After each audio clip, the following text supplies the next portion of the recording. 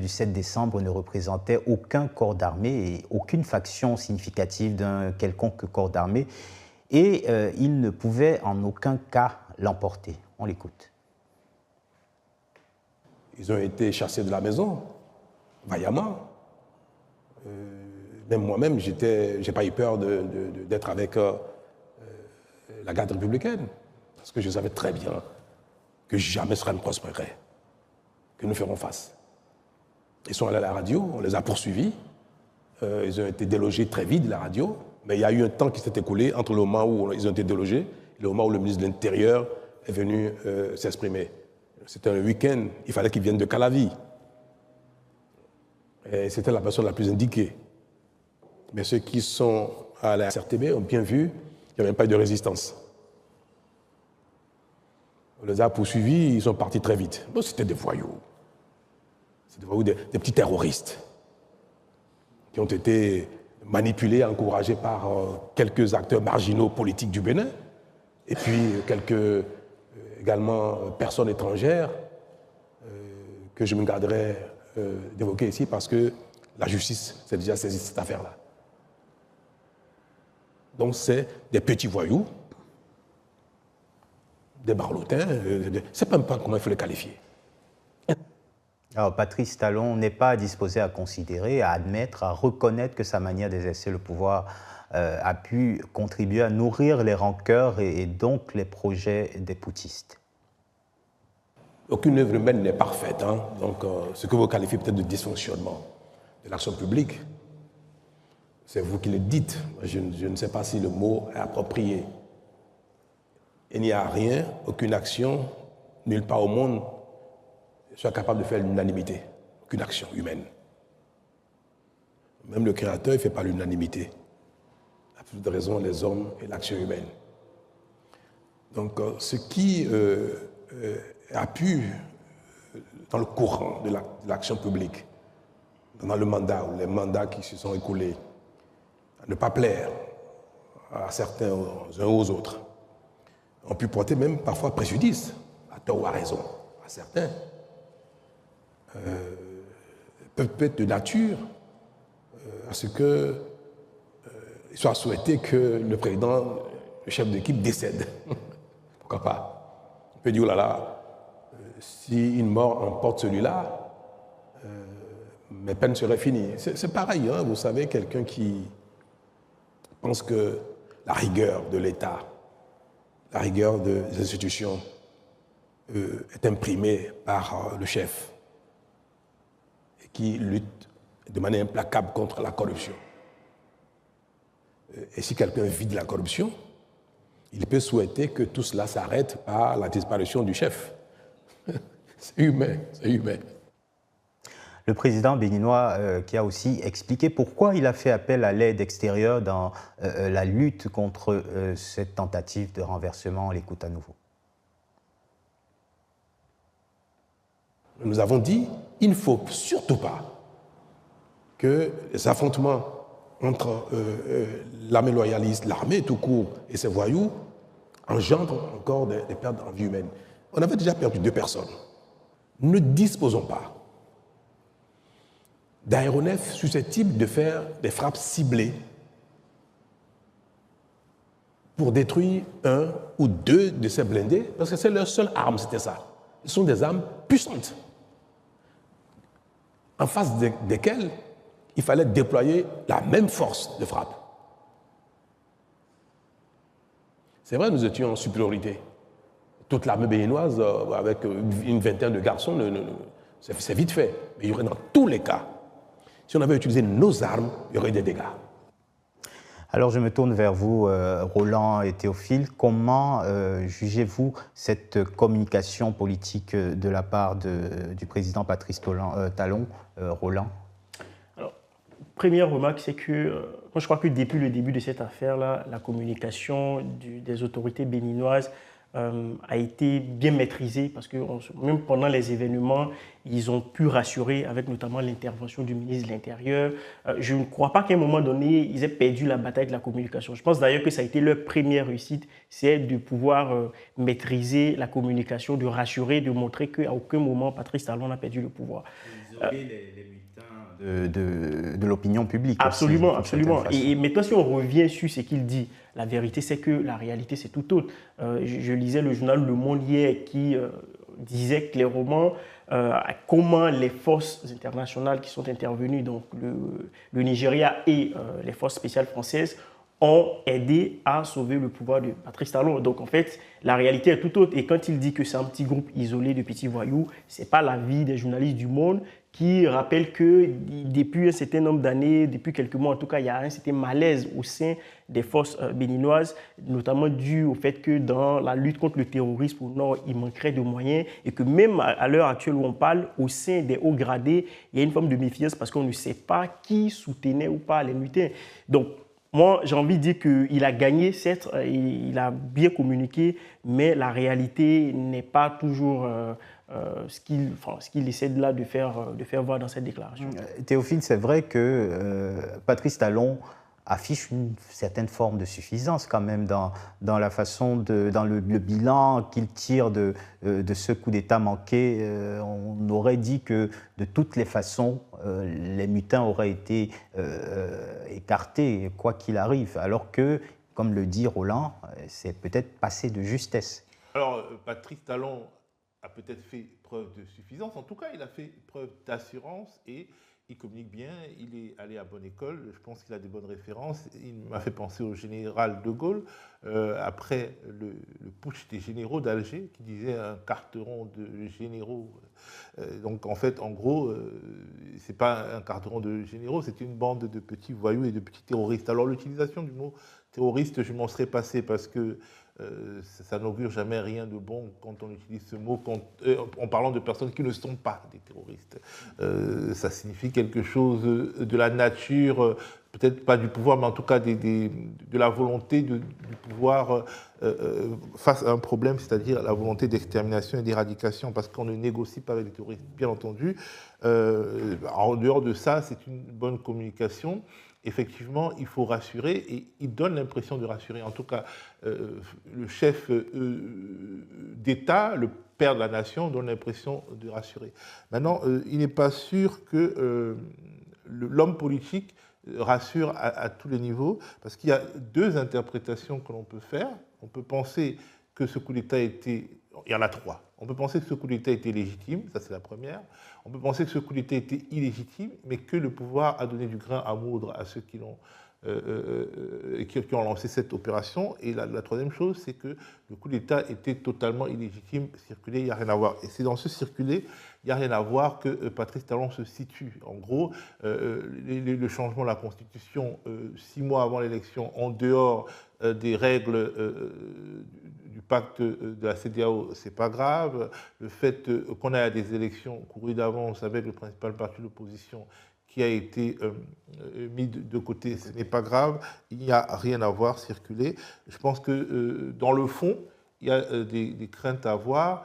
Et la manière dont il parle des politiques qui soutiendraient ce coup d'État, en fait, il minore l'importance du problème militaire, il minore l'importance de la crise politique, mais ce qui semble l'affecter, c'est l'image que le Bénin a donnée à l'international, et je pense que ça, c'est du talent tout craché. Un bon communicant qui a donné une image excellente de son pays à l'international, qui a une véritable ambition pour son pays, mais qui n'est pas un démocrate. On ne peut pas dire qu'il soit un démocrate. On ne peut pas non plus dire qu'il soit un dictateur. Il se gargarise beaucoup du fait de quitter le pouvoir et de ne pas s'y accrocher comme certains de ses homologues. Il est plus subtil que les dictateurs africains. Ce n'est pas un dictateur, mais ce n'est pas un démocrate. C'est quelqu'un qui considère que l'élection doit être encadrée et offrir le choix le plus resserré possible aux électeurs. Et c'est quelqu'un qui considère que la continuité doit passer par une sorte de construction des institutions de telle sorte que le passé puisse agir sur le présent. C'est pour ça que dans sa conception du Sénat, de ce Sénat non élu, qui doit superviser l'action politique, il y a les anciens chefs d'État, les anciens chefs d'État-major, etc. C'est une forme de démocratie dans laquelle la révolution démocratique est impossible. C'est une sorte de démocratie, par exemple, où le parti PASTEF ne serait jamais arrivé au pouvoir, ceux qui sont au pouvoir au Sénégal, parce que, d'une certaine manière, pour devenir député, il y a des conditions restrictives. Pour être candidat à la présidentielle, il y a des conditions très restrictives. Et quand tu deviens président, il y a une sorte de conseil d'administration. En fait. Oui. Ce Sénat est un conseil d'administration. Il y a un conseil d'administration qui te surveille. Donc, Patrice Talon n'est pas un dictateur, mais c'est un afro-capitaliste. C'est quelqu'un qui a profité du fait qui est arrivé aux affaires après avoir été un homme d'affaires qui s'est enrichi grâce à son compagnonnage avec les politiques et qui manifestement continue d'espérer que son compagnonnage avec les politiques qui viendront après lui permettront de garantir, de sécuriser et de faire fructifier ses affaires. En tout cas, Patrice Talon n'a pas voulu s'étendre sur la personnalité de ceux qu'il appelle les jaloux au sein de l'opposition et en dehors du Bénin et qui ont apporté leur concours aux poutistes, mais des fuites dans la presse permettent de suivre son regard d'une certaine façon, notamment cet article de Jeune Afrique dont je vous lis un extrait à propos du lieutenant Pascal Tigri, lieutenant-colonel Pascal Tigri. À Cotonou, de nombreuses sources politiques et sécuritaires ont de très forts soupçons portant sur l'implication au moins directe de Niamey dans la tentative du coup d'État. Les autorités béninoises considèrent désormais comme très probable que Pascal Tigri, après s'être réfugié au Togo, où il résidait dans le quartier de Lomé 2, non loin de la présidence, s'est ensuite rendu au Burkina Faso avant de poursuivre son chemin vers le Niger, où il se trouverait actuellement. Tigri, qui serait donc arrivé à Ouagadougou via un avion privé appartenant à l'homme d'affaires burkinabé Mahamadou Boukoungou, patron du groupe Ebomaf, et qui résiderait désormais, selon les services béninois, dans l'une des villas ministérielles de Niamey, pas loin de la présidence et du siège des services de renseignement. Alors, Roland, ce feuilleton de défiance entre le Bénin et le Niger, et plus globalement même l'AES, est manifestement parti pour durer longtemps. C'est ce que j'allais dire, il ne faut pas voir des petits ensembles, il ne faut pas voir le Niger, il ne faut pas voir le Bénin, il faut voir l'affrontement, si on peut le dire comme ça, entre l'AES d'un côté et de deux gros blocs justement sous-régionaux qui sont en train de se constituer, l'AES qui est en train de se mettre en place. Et bon, à mon avis, on n'est pas... Ils sont bien constitués d'une part, même si ça se fissure avec la CEDEAO. Aujourd'hui, la CEDEAO est plus ou moins un peu bousculée, mais en tout cas, ils essaient de se resserrer maintenant autour d'un bloc assez solide. Et d'ailleurs, ça explique pourquoi le Nigeria est intervenu au Bénin. Donc, on voit que l'AES aussi, qui est en construction, essaie d'imposer une forme de souveraineté, essaie aussi de s'affirmer, et on en parlera, mais c'est la raison pour laquelle, par exemple, cet avion nigérien avait été un peu bloqué à Ouagadougou. Donc oui, moi je pense que ça va s'installer dans la durée, d'autant plus qu'on ne voit pas aussi d'initiative pour essayer d'apaiser les tensions dans cette zone-là. Bon, alors, le Nigeria, ils ont su gérer de manière très diplomatique le problème de l'avion avec le Burkina, mais ce n'est pas le cas, par exemple, du Niger et du Bénin qui, rappelons-le, depuis un certain nombre d'années, enfin un certain nombre de mois en tout cas, sont un peu à couteau tiré, notamment sur la question du port de Cotonou par rapport à comment on dit ça, au transport des matières premières, notamment pétrolières du Niger. Donc moi, je pense que c'est quelque chose qui va s'installer dans la durée,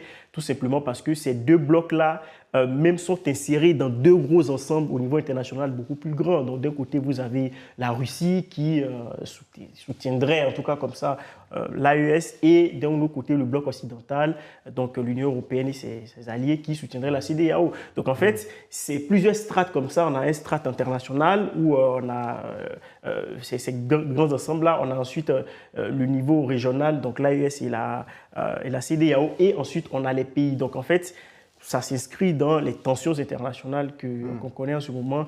Et je pense qu'on gagne plus à ce que les tensions s'apaisent, sinon évidemment on risque de s'insérer dans la durée. Théophile, c'est de bonne guerre cette protection accordée à Pascal Tigri par le Niger. On sait que le Niger a fermé sa frontière avec le Bénin, notamment de crainte que des tentatives de déstabilisation ne viennent du Bénin. On se regarde un peu en chien de faïence en craignant que le prochain poutiste dans l'un ou l'autre des pays ne vienne du pays voisin. Oui, alors c'est le jeu de qui a commencé, c'est qui a tapé le premier. D'une certaine manière, en accueillant Pascal Tigri, si ces faits sont avérés, et il n'y a aucune raison qu'ils ne le soient pas, le Niger signe d'une certaine manière le coup d'État dans ses aspects internationaux. Parce que quand tu accordes la protection à quelqu'un, ça veut dire que d'une certaine manière, tu as été sa base arrière. Parce qu'en plus, on a bien vu que des activistes qui vivaient au Niger ont été très actifs dans cette affaire. Donc, le Niger va te dire, de toute façon, on ne l'a pas encouragé, mais on le comprend, et puis de toute façon, avant ça, le Bénin a prédisposé sur son sol des forces étrangères qui voulaient nous attaquer. Donc c'est vraiment le petit jeu de qui a tiré le premier. Et je pense qu'il y a un aspect bilatéral spécifique Bénin-Niger, puisque le port de Cotonou est le port du Niger, d'une certaine manière. C'est le débouché naturel des exportations nigérienne et l'entrée naturelle des importations nigériennes. Mais voilà, le Niger a fermé sa frontière, ce qui a profité au port de Lomé, parce que l'éléphant dans la pièce, c'est le Lomé de Fort Gnassingbé, puisque le Bénin, le Togo, pardon, de Fort Gnassingbé, puisque il est le swing state, disons, le feu follet de la CEDEAO. Il est au sein de la CEDEAO, mais il est fortement soupçonné de jouer la carte de l'AES. Donc, on l'a vu avec son fameux sommet panafricain. Et donc, il joue de manière assez habile sur les deux tableaux, et le port de Lomé en profite. En revanche, ça renchérit les importations nigériennes et les exportations aussi. Et je pense que les choses peuvent aller beaucoup plus loin. On a appris que la France avait lancé une procédure judiciaire contre le Niger parce que pour vol d'uranium, enfin, c'était même pas pour contre le Niger, mais en tout cas une procédure judiciaire ouverte à Paris, globalement pour vol d'uranium. Bref, donc on en parlera. Mais de toute façon, il y a vraiment quelque chose de spécifique entre le Bénin et le Niger. Et on pense aussi au pétrole. Le fait que les exportations de pétrole nigérien avaient été bloquées au Bénin, ce qui a fait perdre de l'argent au Niger, ce qui a fait perdre de l'argent aussi au Bénin. Et on se dit, il manque de maturité dans cette relation bénino-nigérienne. On ne choisit pas la géographie. On est obligé de cohabiter avec ses voisins. Et les guerres qu'on mène, entre guillemets, les guerres économiques ou les guerres stratégiques qu'on mène contre ses voisins, en fait, ce sont des guerres contre nous-mêmes. Et là, le Bénin est déstabilisé, le Niger ne va pas bien, et peu ou prou, les Chinois, les Français, les Américains, eux, ils pompent toujours ce qu'ils ont à pomper dans ces pays d'Afrique de l'Ouest. Donc je pense que cette zone a intérêt à retrouver les mœurs du dialogue, le fameux conseil de l'entente créé par Houphouët-Boigny devrait être peut-être relancé parce qu'ils ont vraiment besoin d'entendre. Alors, l'épisode un peu annexe, ou alors le feuilleton annexe a été celui qui a opposé le Nigeria au Burkina Faso avec cette affaire d'un avion militaire nigérien qui avait été forcé d'atterrir au Burkina Faso, donc en raison d'une avarie. Alors même qu'Abuja aidait Porto Novo à triompher donc, contre cette tentative de putsch. Après plusieurs jours d'incertitude, le chef de la diplomatie nigériane, Youssouf Touga, est venu à Ouagadougou pour présenter ses excuses officielles à Ibrahim Traoré. On écoute. Le chef de la diplomatie nigériane au palais de Koulouba à Ouagadougou, Youssouf Maïtama Tougar, à la tête d'une délégation, est venu présenter les excuses officielles de la République fédérale du Nigeria au Burkina Faso pour avoir violé son espace aérien. Le ministre des Affaires étrangères exprime ici le regret de son pays sur les irrégularités dans la procédure de l'autorisation pour entrer dans l'espace aérien du Burkina Faso. C'est déplorable qu'il y ait eu des irrégularités dans les documents, notamment sur les autorisations de survol de l'espace burkinabé. Cela est regrettable et nous nous excusons sur cet incident malheureux. Nous avons aussi évoqué le sujet d'un leader d'un parti nigérien qui fait des commentaires disgracieux concernant cet incident. Cela est lié sans doute à une incompréhension de la situation. Le président Traoré, le gouvernement du Burkina Faso et le peuple burkinabé ont été très accueillants et disposés à nous accompagner. L'équipage a été très bien traité. Cela saute aux yeux Et c'est évident que le président Traoré était directement informé sur la prise en charge de l'équipage depuis que celui-ci est arrivé au Burkina Faso. Alors Roland, on voit bien qu'il y a un jeu d'équilibrisme habilement, finement mené par le Nigeria et qu'au final, quand même, c'est Ouagadougou qui gagne un peu la séquence de communication dans cette affaire. Alors, il faut dire que le Nigeria a peut-être tiré des leçons de ce qui s'est passé entre le Burkina et la Côte d'Ivoire. Lorsque 49 soldats ivoiriens s'étaient retrouvés, on ne sait par quel moyen, en tout cas, selon ce qui était dit au Burkina, il y a eu des discours très durs de la part des autorités ivoiriennes et d'autres proches du parti au pouvoir, ce qui a fait que Ouagadougou a durci sa position. Les soldats étaient restés, je ne sais plus pendant combien de mois à Ouaga. Le Nigeria a décidé de jouer autrement. Et moi, je trouve que leur position est à saluer, d'autant plus qu'il faut quand même rappeler que sur les conditions dans lesquelles l'avion s'est retrouvé, il y a quand même deux versions. Il y a les pays de l'AES qui disent qu'ils sont rentrés de manière illégale et qu'on a forcé l'avion à atterrir, là où le Nigeria explique qu'en fait, l'avion survolait l'espace burkinabé pour se rendre, je ne sais pas, au Portugal avec des troupes, et qu'il y a eu des pannes techniques qui ont contraint l'avion à atterrir.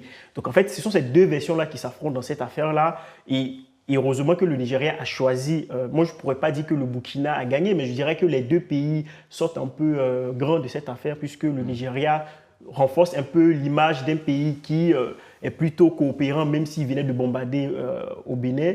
Et pareil, le Burkina affirme sa souveraineté qui est de dire qu'on ne laissera pas un pays qui ne nous est pas ami, en tout cas dans le contexte actuel, survoler de manière totalement impunie notre territoire. Donc encore une fois, le Nigeria a tiré des leçons de ce qui s'est passé en Côte d'Ivoire. Je trouve que c'est une bonne chose parce qu'on était parti pour des tensions sous-régionales qui, encore une fois, dans le contexte actuel, ne sont pas forcément encouragées. Personne, Théophile, n'a intérêt à ce qu'il y ait un incident diplomatique, évidemment, avec le Burkina Faso. Alors, le Burkina Faso est la partie qui a le plus intérêt à faire mousser les choses. Parce que c'est un peu cette histoire, franchement, ça donne l'impression qu'il y a des choses pas nettes. C'est du pain béni, en fait, pour le discours général de l'AES qui tend à faire croire qu'il y a des manœuvres de l'ombre des pays de la CEDEAO pour en finir avec les expériences politiques menées dans l'AES, parce que qu'est-ce que faisait cet avion militaire au Burkina Faso? Et disons que ce qu'on en retire, c'est qu'on n'en retire pas grand-chose en termes d'information. La manière dont tout ça s'est bouclé, on n'a même plus dit qu'est-ce qui s'est passé. Alors le Nigeria dit qu'il y a eu un problème sur les documents d'autorisation de survol, ce qui signifie qu'il n'y a pas eu d'autorisation de survol au niveau burkinabé. Donc ils ont survolé un territoire en violation claire des règles de coopération internationale en matière d'aviation. Et puis quel intérêt de survoler le Burkina Faso alors qu'ils avaient déjà a priori atteint leur objectif au Bénin? Alors il paraît qu'ils allaient plutôt au Portugal selon leur version. Oui.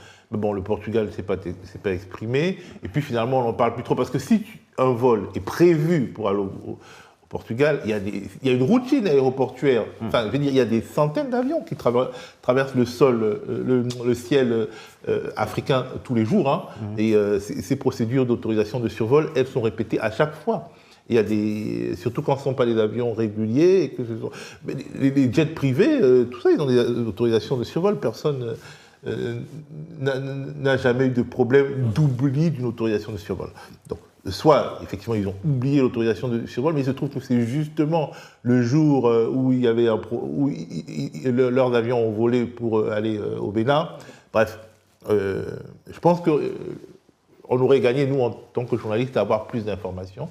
Et la manière dont le Nigeria referme cette parenthèse, ça veut dire que, bon, il n'est pas tout à fait innocent, d'autant plus que le Nigeria, c'est le géant de l'Afrique de l'Ouest. Hein.